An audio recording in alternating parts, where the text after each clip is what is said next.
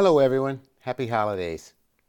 As Giving Tuesday approaches on November 27, 2018, I wanted to take the time to tell you a little bit about the 501c3 organization that I founded this year known as Family Preservation Foundation.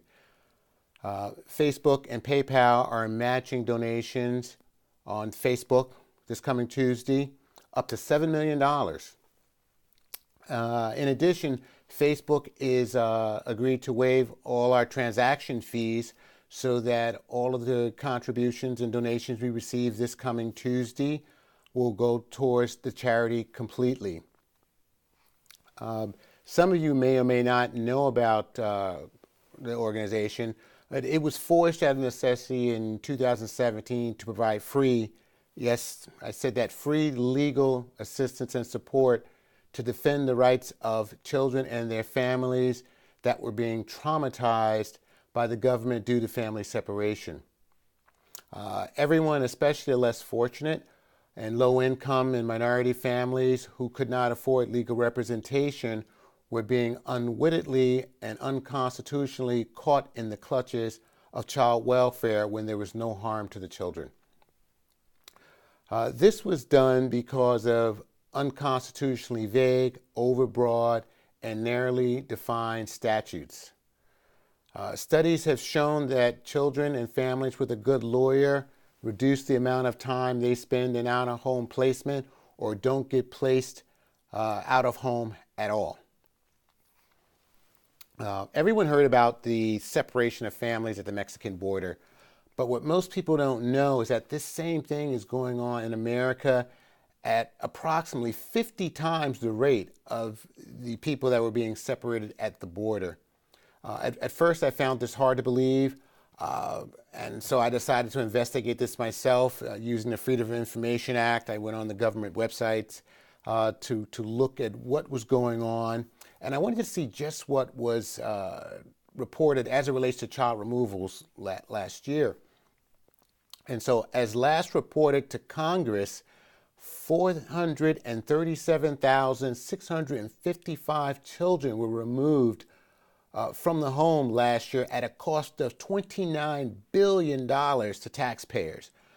I was shocked. I was amazed that this was actually taking place in America, and most people like myself had no idea this was going on. So then I started to go back in time, and I said, well, let me see what's been going on over the course of the last 10 years.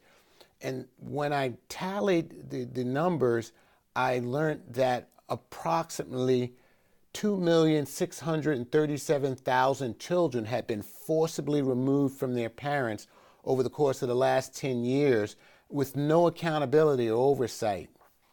So I documented everything and I put it on our website. So if you really want to see the details and statistics, please go to our website. That's fpf1.org. That's F as in Frank, P as in Peter, F as in Frank, the number 1.org.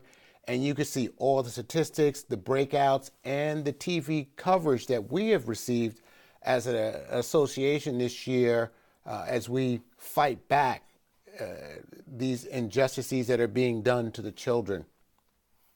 To better speak to that, after winning our inaugural court case in a 3-day trial on September 11th, 2018, we are raising money to hire staff attorneys to better represent the children and the families. And we have determined that each attorney that we hire can handle approximately 50 court cases per month.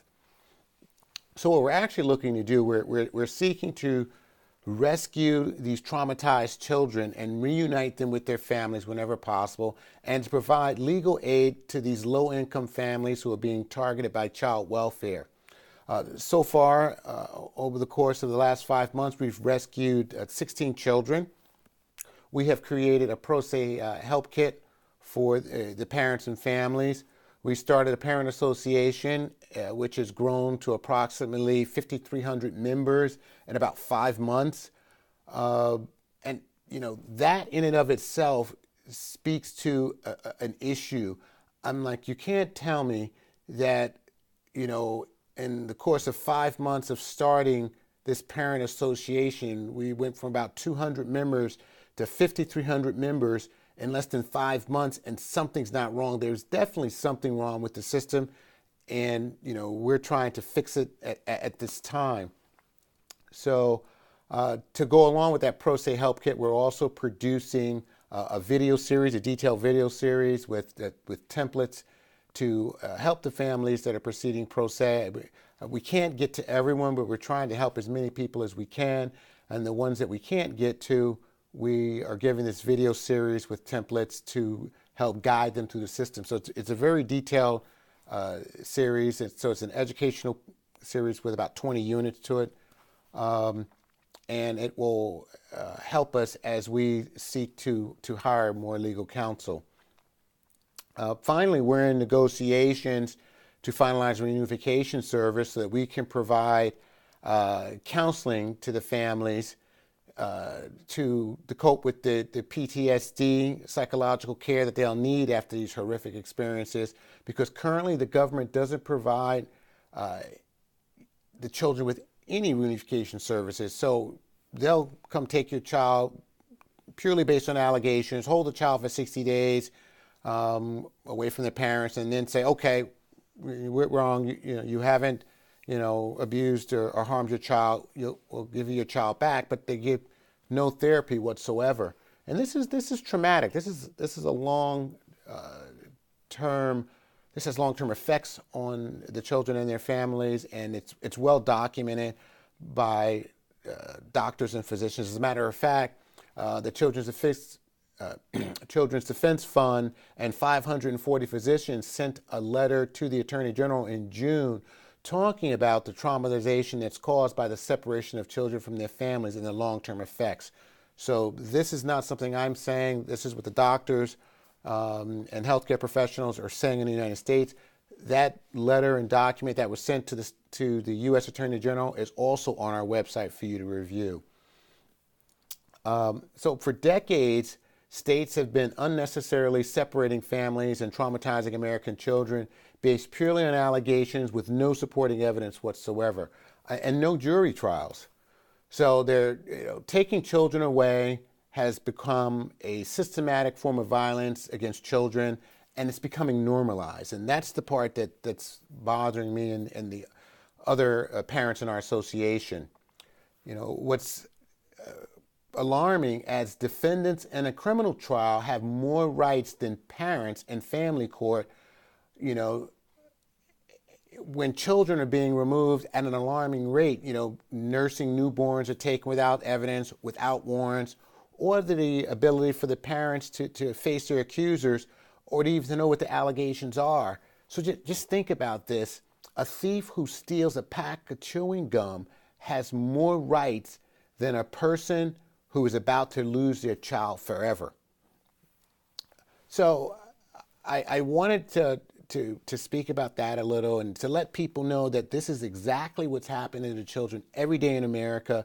I wasn't aware of it, and so many other people are not aware of it, and that's what forced me to start this 501c3. And it's a nonprofit. I'm not being paid. I'm doing everything, and we have a lot of volunteers, and we have pro bono attorneys, and so we're trying to hire staff attorneys because the pro bono attorney can do 1 or 2 cases at a time, and we feel that with staff attorneys we can do 50 cases a month, and we can help out a lot more families.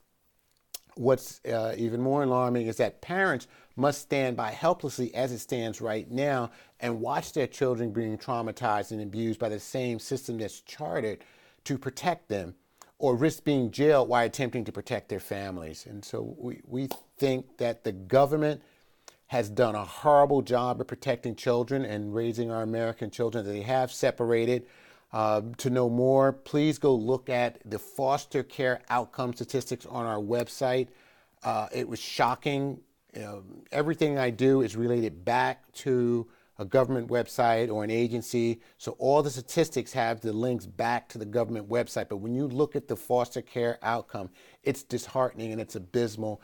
And I feel that we need to get these children out of the foster care system out-of-home placement, and they need to be with their families. And if services are required, then those services need to be provided also. I sit here and I think, do you really want to live in a country where the government can traumatize your children by separating them from families forever just for being poor? How about for not vaccinating, homeschooling, getting a second medical opinion, parental discipline, allowing the children to play outside in the backyard with friends, riding a bicycle in the front alone, or falling out of bed while sleeping and injuring themselves? That's what's happening.